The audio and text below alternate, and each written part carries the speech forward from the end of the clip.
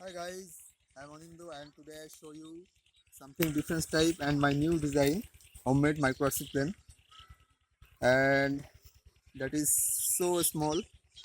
And I use this motor. Actually this is old Nokia phone vibrator motor, and this is a propeller. Actually this is handmade plastic propeller, and that is a battery, and that is 50 milliamp 3.7 volt small Bluetooth headphone battery.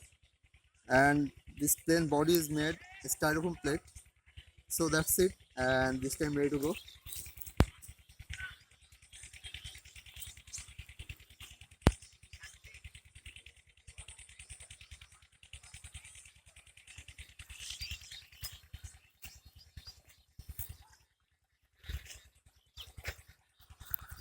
So guys, this is a plane, and that is flying very high and so stable in the air.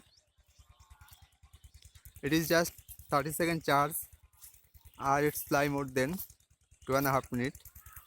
And this is free flying model, just battery and motor, no elevator, no radar, just battery also drain and plane also landed. So guys, don't forget like, share and subscribe, and also comments my video. So that's it, and thanks for watching.